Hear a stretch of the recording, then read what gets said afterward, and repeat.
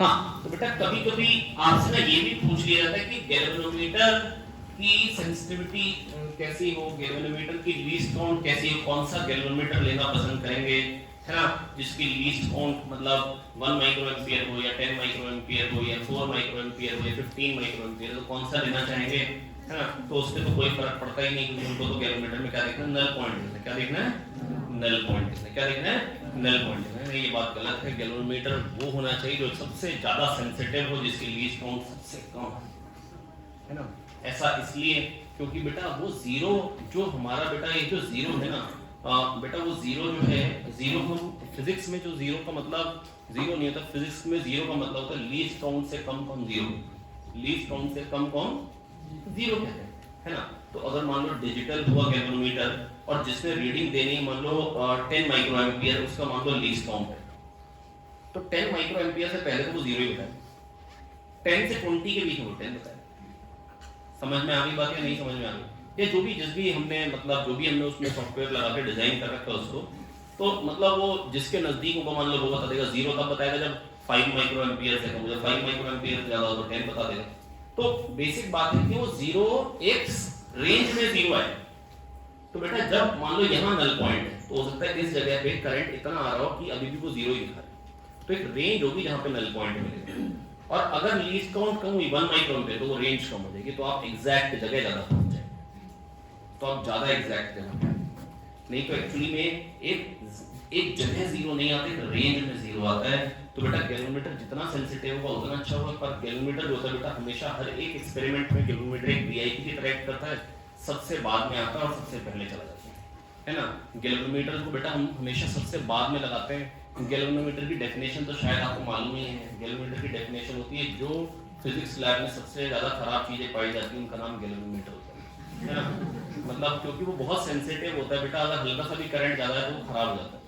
मैं अगर आपको एग्जैक्टली बताऊं तो रीडिंग लेने के लिए दो तरीके होते हैं। गैल्वेनोमीटर जब भी यूज किया जाता है तो आपको बोला जाता है बहुत हेवी रेजिस्टेंस पहले सीरीज में लगाओ और जब नल पॉइंट आएगा उसको हटा के फिर से रीडिंग उसी के आसपास, ताकि अब ये इंश्योर हो चुके कि नल पॉइंट के आसपास से करंट कम है। उसको बहुत थोड़े से करंट पे ही होता क्या है, खराब का मतलब ये होता है कि बेटा गैल्वेनोमीटर बेसिकली एक कॉइल है जो कि मैग्नेटिक फील्ड में है, करंट कैरिंग कॉइल पे टॉर्क आता है, अगर ज्यादा आया तो वो बहुत हल्का सा होता है, वो जो उसके साथ नीडल होती है वो फ्री हो जाती है, फिर वो नीडल उसके साथ कनेक्टेड नहीं रह जाती। टॉर्क आता है वो वहां से फ्री हो जाती है और फिर वो नीडल उसके साथ कनेक्टेड नहीं रहती है और गैल्वेनोमीटर बेचारा बेकार हो जाता है, गैल्वेनोमीटर बेचारा उसकी आत्महत्या हो जाती है। तो इसलिए हमेशा कहा जाता है दो तरीके हैं गैल्वेनोमीटर यूज करने के लिए, या तो उसके साथ सीरीज में एक बड़ा रेजिस्टेंस लगा के पहले रीडिंग ली जाए फिर उसको निकाल के रीडिंग ली जाए, या उसके पैरेलल में छोटा सा रेजिस्टेंस लगा दो। पैरेलल में छोटा सा रेजिस्टेंस लगा दोगे तो भी उसमें करंट कम जाएगा, उसकी शॉर्ट सर्किटिंग कर रखी है आपने। फिर जब आपको नल पॉइंट मिल जाए फिर उस शंट को निकाल के फेंक दो और फिर से रीडिंग देखो कहां पे आ रही है। समझ में आई बात या नहीं? तो गैल्वेनोमीटर को यूज करने के दो तरीके होते हैं। जब भी गैल्वेनोमीटर से रीडिंग लेनी होती है या तो पहले सीरीज में आप एक बड़ा रेजिस्टेंस लगा के रीडिंग लेते हैं, या पैरेलल में अगर आप एक छोटा सा रेजिस्टेंस लगा के रीडिंग लेते हैं। लिख लेंगे बात को। तो गैल्वेनोमीटर हमारी एरर जो होगी, error will be minimum when galvanometer has the least count, when gallmeter has the minimum least count, least count is low.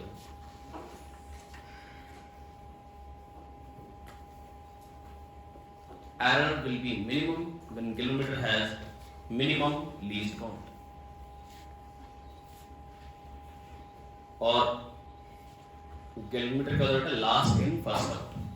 Galvanometer क्या होता है, लास्ट इन सबसे बाद में लगाया जाता है ताकि बहुत हल्की सी देर के लिए यूज किया जाए, खराब होने की पॉसिबिलिटी को बचाया जाए। और गैल्वेनोमीटर से जब रीडिंग ली जाती है, either we connect a very large resistance to galvanometer or very small resistance parallel. Either we can connect very large resistance in series with the galvanometer or a small resistance parallel or a small resistance parallel. Clear?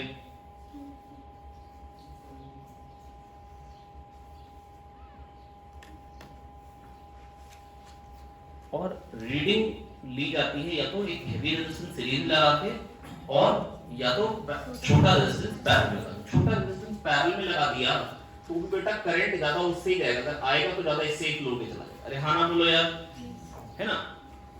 और फिर जब null point मिल जाता है तो वो जो भी series में लगाते हैं या जो पैरेलल में लगाते हैं उसको हटा के फिर से रीडिंग ली जाती है। आप समझ गए मेरी बात या नहीं समझ गए? And when null point is obtained we again take the reading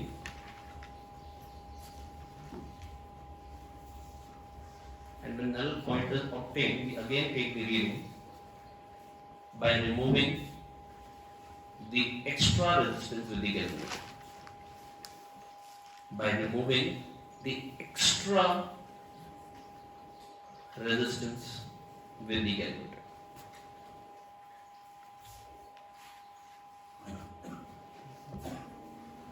हाँ हो गया, हो गया, चलिए बढ़िया, है ना। ये सब सॉल्व कर रहे हैं, बहुत ज्यादा समझ आ गया है, हमें कोई पेपर खत्म करके जाना है इसी क्लास में। आइए, two satellites A and B of masses 200 kg and 400 kg are revolving around the Earth at height 600 and 1600 kilometre. T and T will be the time period। आपको हाइट दे रखी है, आपको टाइम पीरियड दे रखे हैं, आपको radius of earth मालूम है, दे रखा है आपको यहाँ पे 6400 kilometre, mass of earth 16 × 10⁻24 kilogram. और आपसे पूछा गया है कि आपसे पूछा गया है टाइम पीरियड का डिफरेंस। बहुत ही बेकार क्वेश्चन है बेटा।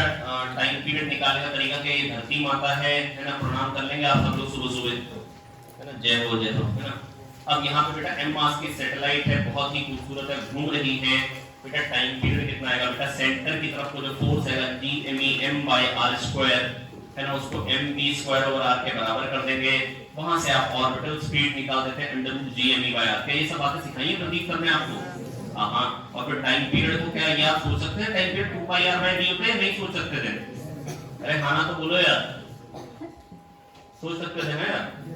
हालांकि जब टाइम पीरियड की बात करी जाती है ना, तो ज्यादातर लोग कहते हैं कि मतलब पहले v निकाल के 2πr/d मत करो, m⍵²r करो, है ना, स्टेप को बचाओ, यहाँ से ओमेगा को 2π/t रखो, एक ही स्टेप में टाइम पीरियड निकालो, कोई बहुत ज्यादा फर्क नहीं आने वाला है ना। मतलब कुछ लोग ऐसे कहते हैं कि m⍵²r ले लो, हाँ डेफिनेटली। अगर मैं पूरा मतलब वो ऑर्बिटल स्पीड भी साथ में बताने का मन था, इसलिए मैंने दोबारा से ऑर्बिटल स्पीड बता दी।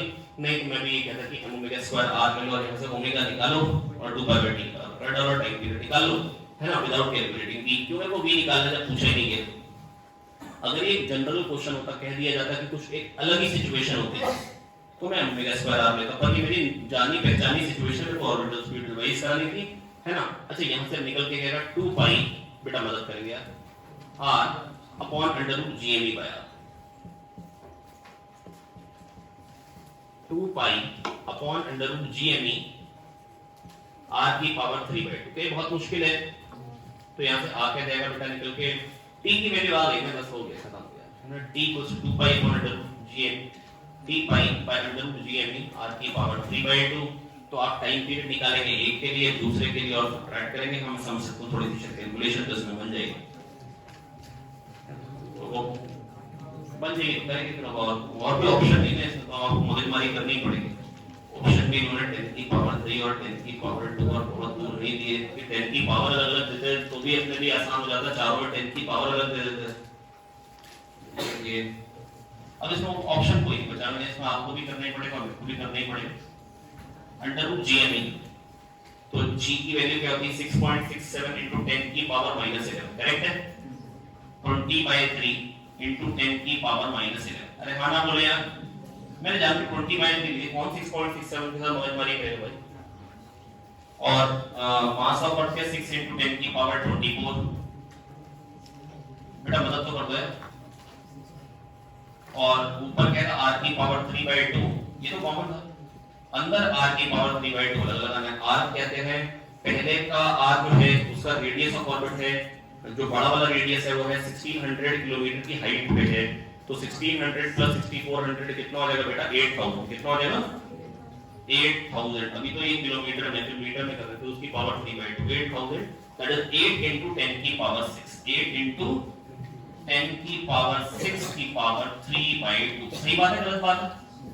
माइनस दूसरे का जो रेडियस है वो है 6400 + 600 7000, 7√7 आता हुआ, इसका तो कुछ नहीं कर सकते। चलिए आई मगजमारी तरीके से देखते हैं कि कहां तक हम पहुंच पाते हैं, नजदीक से नजदीक। 3 to the 6 है ना, और ये 2 5 के ऊपर था, ये नीचे क्या बन जाएगा 10 की पावर -10, 10 की पावर -10 के बाद ये चीज क्या होगी बेटा, मदद करें। 10 की पावर 14 हो गया, तो 10 की पावर 7 आ जाएगा बाहर, करेक्ट है, करेक्ट है। और इसके बाद 2 और 2, ये तो 4 ही बचा ना, 2 बाहर आया, 2 कट गया, ऊपर पाई बचा, पाई अपॉन 10 की पावर 7 आ गया। अब 6 ये इसकी पावर जब ये होगा 3 3 का 9, फिर 10 की पावर 9 को बाहर ले लीजिए पहले। अब अंदर आ गया 8 की पावर 3/2, ये 2 क्यूब है, ये तो 2 क्यूब है, तो 2 की पावर ऐसा कुछ मौजूदगारी नहीं हो पा रही। 8√8 आ गया, ये 8√8 - 7√7। अरे हाँ ना तो बोलो यार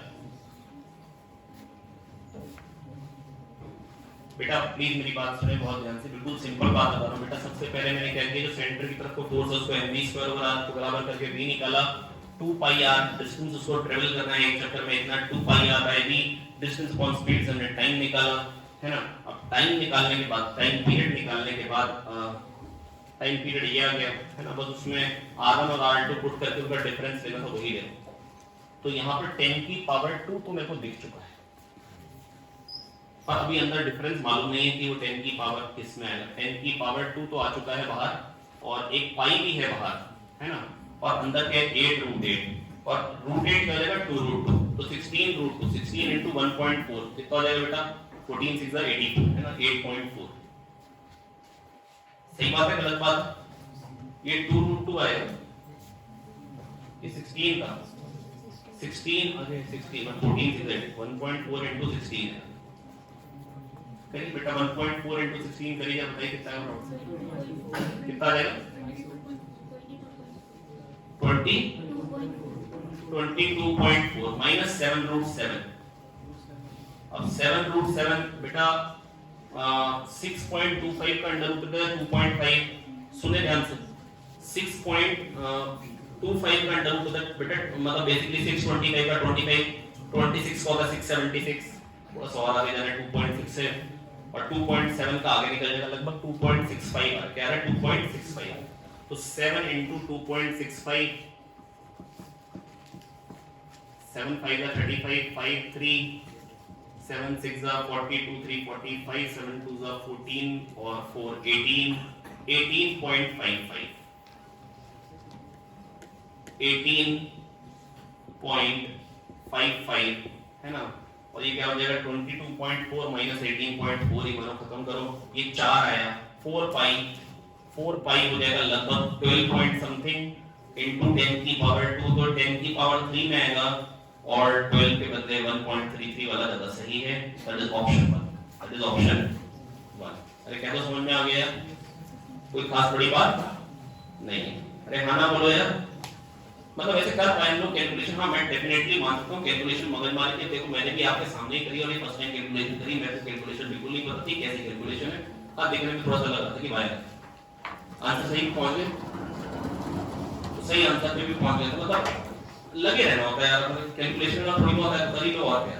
और बाकी अगर आपको लग रहा था कि बहुत डिफिकल्ट छोड़ के निकलो आगे, अगर आप डर ही गए बहुत ज्यादा, मतलब वैसे मैं कह रहा हूँ कैलकुलेशन में अगर आप लग जाएंगे तो कैलकुलेशन बन जाएगी। मेरे को साथ साथ समझाना भी थोड़ा समय ज्यादा चला जाता है।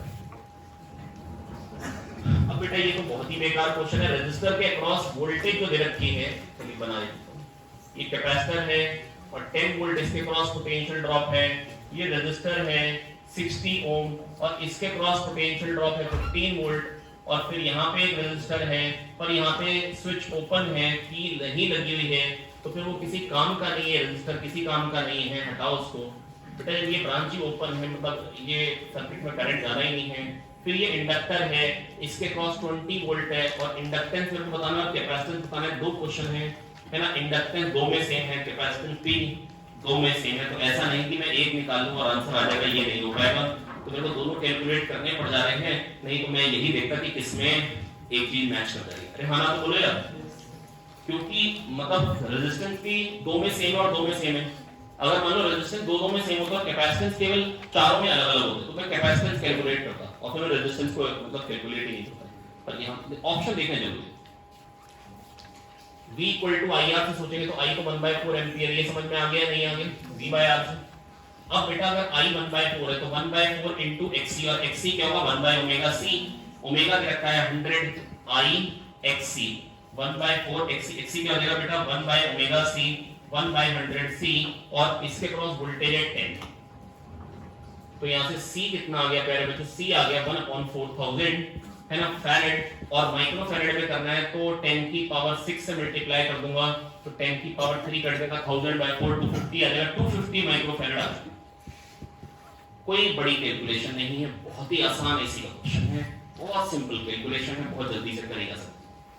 आगे अब वही करंट जो जा रहा है 1/4 वही इंडक्टर में जा रहा है, इंडक्टर में भी वही करंट है 1/4 इनटू XL, I XL होगा वोल्टेज, I आपको मालूम है, XL है ओमेगा L, ओमेगा है 100, L आपको निकालना है, वोल्टेज कितनी रखी 20 वोल्ट है ना, यहां से आएगा 4 और ये 25 आएगा।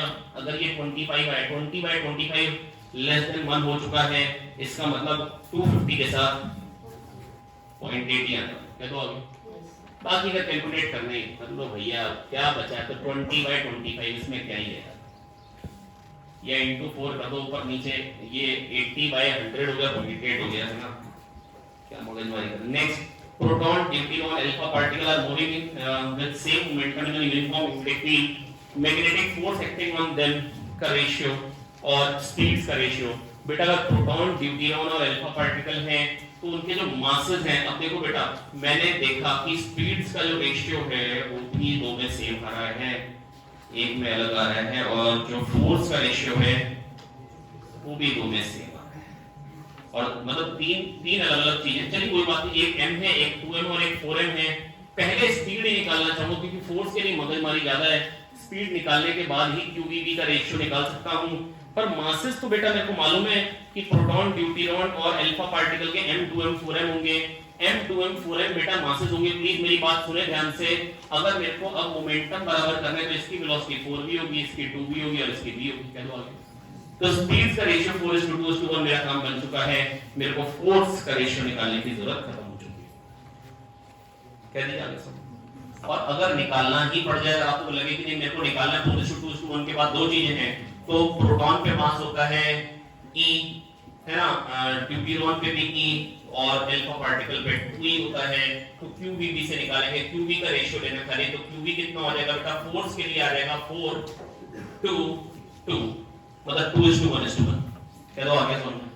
नेक्स्ट, ये बेटा हमने एक दिन पहले ही सीखा था, मॉड्यूलेशन, एम्पलीट्यूड मॉड्यूलेशन है ना, हालांकि उसको मैं रिवाइज कराने वाला हूं आज या कल सुबह है ना। A speech signal of 2 kilohertz is used to modulate a carrier wave। बेटा 1 मेगाहर्ट्ज की कैरियर वेव है, 2 किलोहर्ट्ज है, बैंडविड्थ कितनी हो जाएगी, bandwidth requirement for this signal is, bandwidth कितनी होगी बेटा, याद आ गई 2 ओमेगा m, 2 ओमेगा m नहीं याद आई बेटा, कैरियर वेव होती थी AC sin ओमेगा ct, और कैरियर वेव के एम्पलीट्यूड में हम मॉड्यूलेशन करते थे, जो मॉड्यूलेट करते थे वो कैरियर वेव के एम्पलीट्यूड में हम अपना सिग्नल जोड़ देते थे। क्या ये बात याद आ रही है, नहीं याद आ रही है? हम कैरियर वेव के एम्पलीट्यूड में सिग्नल जोड़ देते थे। हमारी जो कैरियर वेव जो थी, जो लेके जा रही थी, हमने उसका एम्पलीट्यूड बढ़ा दिया है, हाँ फ्रीक्वेंसी में चेंज नहीं की है। जब फ्रीक्वेंसी में चेंज किया तो उसको बोलते हैं फ्रीक्वेंसी मॉड्यूलेशन, जब एम्पलीट्यूड में चेंज किया तो उसको बोलते हैं एम्पलीट्यूड मॉड्यूलेशन। कभी-कभी ये किया जाता है कि फ्रीक्वेंसी में जोड़ दिया जाता है omega c plus am sin omega mt, तो उसको हम बोलते हैं पहले बच्चों फ्रीक्वेंसी मॉड्यूलेशन। और जब एम्पलीट्यूड में जोड़ा जाता है एंड फ्रीक्वेंसी वेवलेंथ जब एज इट इज रखी जाती है तो उसको बोलते हैं एम्पलीट्यूड मॉड्यूलेशन। हाँ, आपको ये जरूर पूछ सकते हैं इन चार ऑप्शन में से एम्पलीट्यूड मॉड्यूलेशन कौन सा, फ्रीक्वेंसी मॉड्यूलेशन। फ्रीक्वेंसी मॉड्यूलेशन हमारे कोर्स में नहीं है, लेकिन ये आपको मालूम होना चाहिए कि अगर जब एम्पलीट्यूड में जब हमारा मैसेज सिग्नल एम्पलीट्यूड में जोड़ा जाता है without change in frequency of carrier wave, जब हमारी जो रिजल्टिंग जो मॉड्यूलेटेड सिग्नल की फ्रीक्वेंसी एज इट इज रखी जाती है ना, तो उसको हम बोलते हैं एम्पलीट्यूड मॉड्यूलेशन। और वही जब फ्रीक्वेंसी में जोड़ दिया जाए एक omega C plus am sin omega mt, अगर यहां पे किया जाता कीपिंग एम्पलीट्यूड सेम, अगर रिजल्टेड जो मॉड्यूलेटेड वेव है तो उसका एम्पलीट्यूड वही रखा जाता बाय चेंजिंग द फ्रीक्वेंसी और वेवलेंथ, तो उसको हम बोलते हैं फ्रीक्वेंसी मॉड्यूलेशन। और जब फ्रीक्वेंसी और वेवलेंथ एज इट इज रखी जाती है बाय चेंजिंग द एम्पलीट्यूड, तो उसको हम बोलते हैं एम्पलीट्यूड मॉड्यूलेशन। क्या ये बात क्लियर हो गई है ना?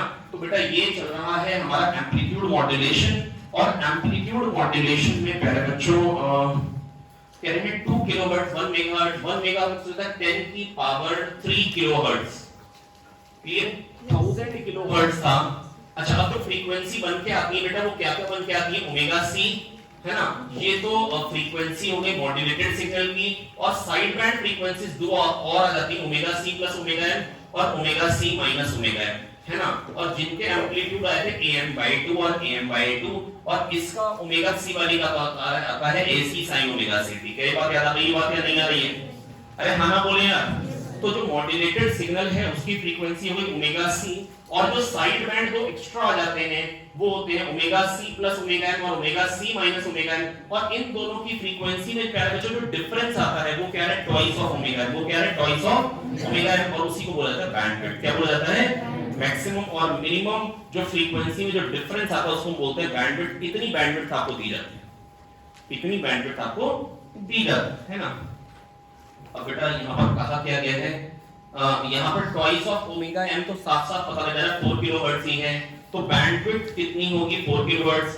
अब कह रहे हैं रीजन क्या है, स्टेटमेंट 2 है side band frequencies are 1002 and 998, बिल्कुल सही रीजन है, क्योंकि जो मैक्सिमम और मिनिमम में डिफरेंस होता है वही बैंडविड्थ होगी। तो यहाँ पर ऑप्शन हो जाएगा 1, ऑप्शन क्या हो जाएगा 1। कितने लोग सही कर पाए थे इसको?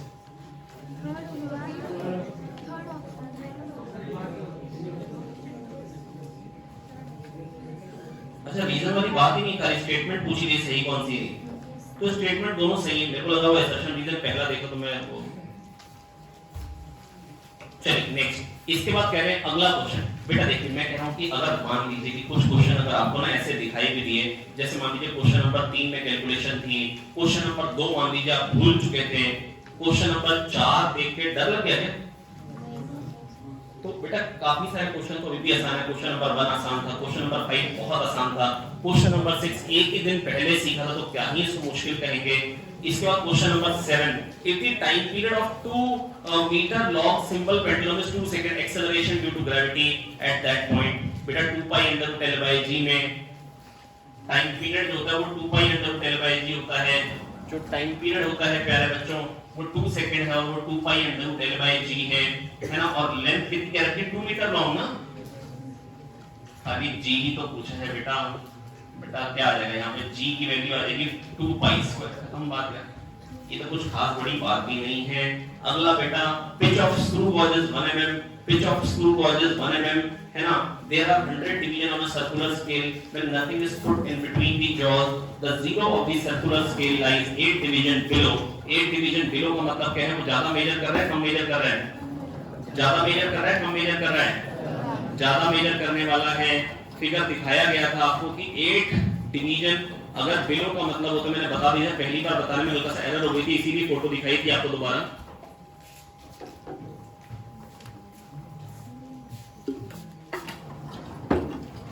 आपको याद आया मैंने फिगर दिखाया था आपको एक दो दिन पहले, वर्नियर और स्क्रू गॉज दोनों का ही फिगर दिखाया था, है ना। इस तरीके से था बेटा स्क्रू, और मतलब ऐसे उसको टाइट करना था। तो अगर जीरो नीचे रह गया है इसका मतलब टाइट पूरा हो ही नहीं पाया, टाइट पूरा हो ही नहीं पाया है, वो एक्स्ट्रा मेजर कर रहा है। और जीरो ऊपर निकल गया तो इसका मतलब है नेगेटिव में घुस गया, इसका मतलब क्या है, नेगेटिव में घुस गया। इसीलिए मैंने आपको पूरा बेटा फिगर दिखाया था कि एरर ना हो, है ना। यहाँ पर क्या बेटा जब आप टाइट कर रहे हैं वो पूरा टाइट तक पहुंच ही नहीं पाया, वहां पर कुछ जंक वंक आ गया है, कुछ रस्टिंग हो गई, कोरोजन हो गया, और वहां पर क्या है वो पूरा जा ही नहीं पा रहा है अंदर तक, वो थोड़ा सा एक्स्ट्रा मतलब आप कहते हैं मेटल डेवलप हो गया वहां पे। तो अब वो पूरा जा ही नहीं पा रहा है, बंद नहीं हो पा रहा है, वो पहले से ही मेजर कर रहा है 8 सर्कुलर डिवीजन, पहले से ही मेजर कर रहा है 8 सर्कुलर डिवीजन। कई बात याद आ गई या नहीं याद आई है? अच्छा कितने लोगों को याद है कि हम बता चुके थे स्क्रू वॉच का फोटो दिखा के? अच्छा अभी याद आ रही है, रिलेट कर पा रहे हैं है ना? तो 8 डिवीजन बिलो का मतलब है वो 8 डिवीजन एक्स्ट्रा मेजर कर रहा है, तो 72 में से 8 डिवीजन हटाने पड़ेंगे, 64 हो गए है ना। अब 1 mm लीस्ट काउंट है,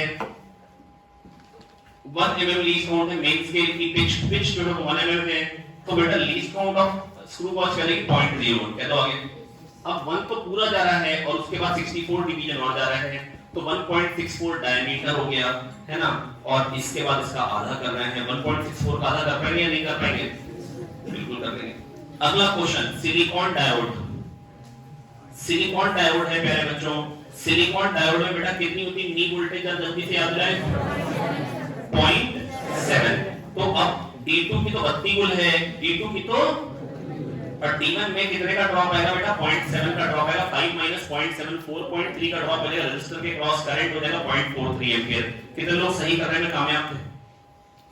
काफी लोग सही कर पाए और काफी लोग सही नहीं भी कर पाए। हंसदा बेटा सो रहे थे ना उस दिन। बेटा आप पढ़ क्यों नहीं रहे अच्छे से? आप पेपर में भी जाके ढंग से पेपर कर नहीं रहे हो, ये मैं 100% श्योर हूं। आप पेपर में भी एफर्ट नहीं मार रहे, आप पेपर के 3 घंटे तो यूटिलाइज करो बेटा, ऐसे कैसे काम चलेगा? ऐसे बेकार क्वेश्चन कैसे छोड़ पाओगे बेटा? आप पेपर में पूरी एफर्ट नहीं मार रहे और आप कॉपी तो पढ़ ही नहीं रहे। दोस्तों की मदद दो ना कम से कम यार। Alpha particle at proton are accelerated from rest to a potential difference of 200 volt. 200 volt के potential difference accelerate किया after this. Their de Broglie wavelength are lambda alpha and lambda p by lambda alpha बताना है। तो बेटा lambda p by lambda alpha, lambda होता है h by md और md होता है w2mk। तो यहाँ के लिए आ जाएगा 2m, मास हो गया 4m, और काइनेटिक एनर्जी qb, और चार्ज इसका जो होगा 2e होगा, और पोटेंशियल डिफरेंस दोनों के लिए सेम है, इसलिए इधर 200 डिग्री काट के मिलेगा h upon mv, mv हो जाएगा √2m के, मास तो इसका m है क्योंकि इधर इसका मास m है तभी इसका 4m है, और इसका चार्ज e होता है, सेम पोटेंशियल डिफरेंस के, तो v कट जाएगा, e कट जाएगा, m कट जाएगा, 2 कट जाएगा, 4 to the 8, 2 √2 is the answer. खत्म। 2 √2 1.4 into 2 2.8। ये कितने लोग करने में कामयाब थे? क्या आप देख पा रहे हैं? डी ब्रोगली वेवलेंथ का क्वेश्चन हर पेपर में आप बता रहे थे, बहुत ही बेकार। अगला क्वेश्चन, यही क्वेश्चन था जब मैं आपको बोल रहा था पिछले पेपर से पहले, ये चीज बहुत बार आई है मेंस में, ये बड़ी ही फेवरेट चीज है। हालांकि इसमें परसेंटेज तो नहीं पूछती, कितनी परसेंट इंटरनल की बढ़ाने में, कितनी परसेंट वर्क करने में, ये तो नहीं पूछा था, उसी का उल्टा पूछा हुआ है। हालांकि DQ DU DW का रेशियो पूछा हुआ है। DU होता है NCV/dt, आइसोबारिक प्रोसेस है तो DQ होगा NCP/dt, DU होता है प्यारे बच्चों NCV/dt, तो हर एक प्रोसेस के लिए यही होता है। DQ होता है प्यारे बच्चों NCP/dt, है ना, और DW होता है प्यारे बच्चों NR/dt। आइसोबारिक प्रोसेस में जो वर्क होता है बेटा वो PdV या NR/dt। कई बात याद आ रही है नहीं याद आ रही है? अब बेटा अगर मेरे को इनका रेशियो लेना है तो रेशियो में क्या देगा? CD/CP/R।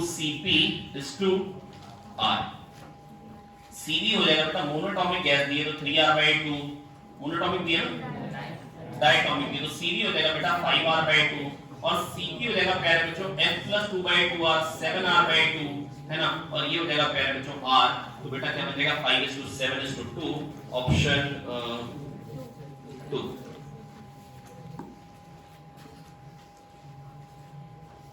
ओके नेक्स्ट बेटा कह रहे हैं ये क्वेश्चन भी मेंस का पहले पूछा गया क्वेश्चन है।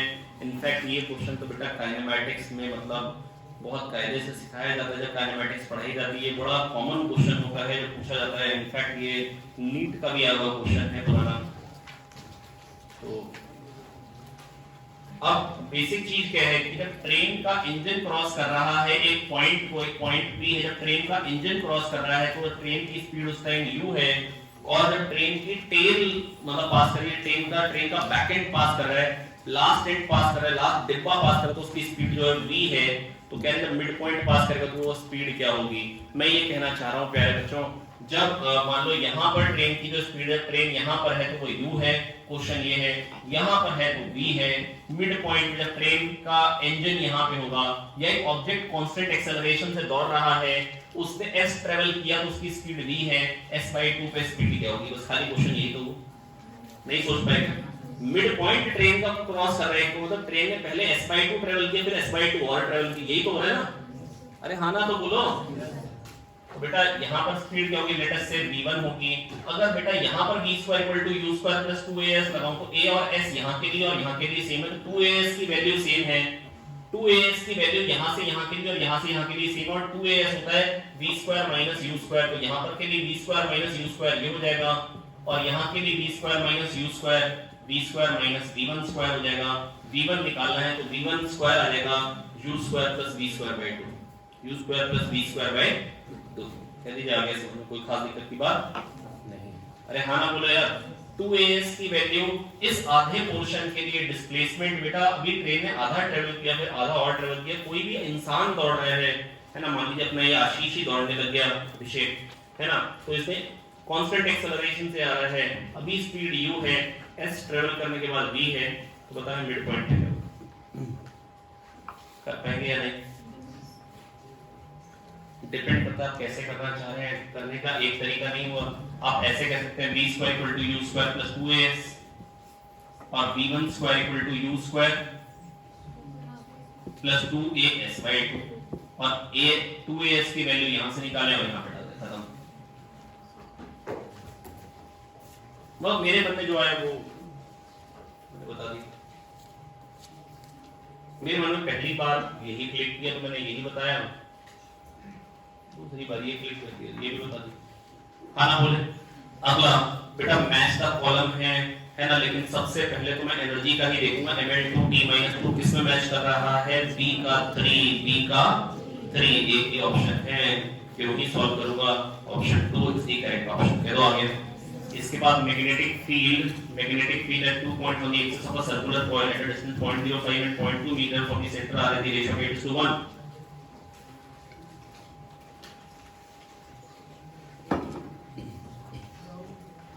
Mu not I r square upon 2 r square plus x square की पावर 3/2। ये बात याद है नहीं याद है? अरे हाँ तो बोले सेंटीमीटर में कैलकुलेशन कर लेंगे क्योंकि 0.05 लिख के आफत लगेगी। तो mu not I r square ये मेरे को निकालना है upon 2 r square plus x square.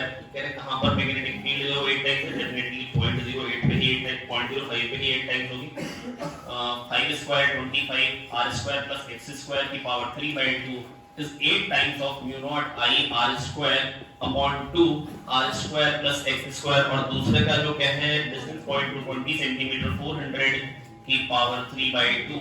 कोई बड़ी बात नहीं है, यहाँ से mu naught I r square 2 गया है ना, स्क्वायरिंग कर देंगे 8 स्क्वायर 64 बन जाएगा। स्क्वायरिंग करके क्यूब रूट भी ले लेंगे, 64 का फिर क्यूब रूट लेंगे 4 बन जाएगा। 4r स्क्वायर और ये 25 पूरा 100 हो जाएगा, is equals to r square plus 400।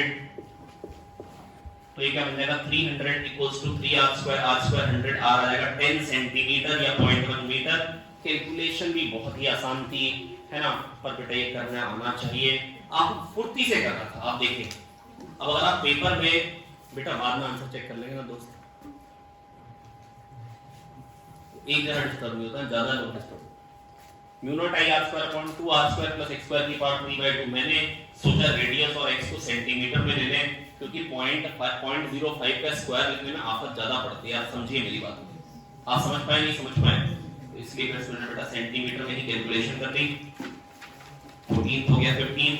यहाँ पर कहा गया है कि पहले जो फोर्स था वो F1 था, फिर हमने उसमें से एक पार्ट रिमूव कर दिया, अब जो फोर्स आ रहा है वो F2 आ रहा है। यही है ना क्वेश्चन, और पहले F1 था बाद में F2 है, ये ना। अब अगर पहले F1 था प्यारे बच्चों बाद में F2 है, पहले F1 था बाद में F2 है, तो F1 F2 को अगर रेशियो बताना है तो मैं कह सकता हूं r रेडियस का पहले एक स्फीयर था जो एक स्मॉलर मास पे फोर्स लगा रहा था, जो उससे 3r डिस्टेंस पे रखा था। कितने डिस्टेंस पे था? 3r सेंटर से। तो r रेडियस का पहले कंप्लीट स्फीयर अच्छा अगर इसका मास अगर m होगा तो छोटू का मास कितना होगा जिसको रिमूव किए m/8। अरे हाँ तो बोलो यार, पर मैं तो बेटा छोटू के मास को m मानूंगा, छोटू के मास को m मानूंगा, तो इसका मास हो गया 8m। क्या हो गया? और जो यहाँ रखा हुआ है 3r डिस्टेंस, तो उसका मास क्या है? इसका मास अच्छा 8 कैपिटल M लेता हूं क्योंकि कट जाना है बेटा तो रेशियो में। इसका मास 8m है और उसका 7m हो जाएगा। चलो आगे समझ में आया। तो F1 क्या निकल के आएगा? F1 आएगा G 8m m by 3r² that is 9r²। ये आ गया F1। ये क्या आ गया? F1। अब F1 जो फोर्स है वो तो पूरे के कारण, this is 8gmm by 9r²। ये तो पूरे के कारण है। इसमें बचे हुए पोर्शन के कारण भी है फोर्स। प्लीज मेरी बात ध्यान सुने बेटा, ये जो फोर्स है ना, ये जो फोर्स है टोटल, ये बचे हुए पोर्शन के कारण भी है और इसके कारण भी है। तो F2 plus g m upon ये जो डिस्टेंस हो जाएगा 2r और इसके सेंटर से डिस्टेंस क्या हो जाएगा? 5r/2। कितना हो जाएगा? नहीं आया समझ में? 3r में से बेटा 3r में से खाली r/2 ही तो हटाना है। 3r में से खाली r/2 ही तो हटाना है। मेरी बात समझने की कोशिश करें। 3r में से r/2 हटाएंगे या 2r में r/2 ही तो जोड़ना है, 5r/2। हाँ ना बोलो यार, आ गया? यहां से F2 निकालेंगे फिर F1/2 हो जाएगा। फिर से बोलते हैं कंप्लीट स्फीयर के कारण तो फोर्स निकालना आसान ही है। कंप्लीट स्फीयर के कारण तो फोर्स निकालना आसान ही है।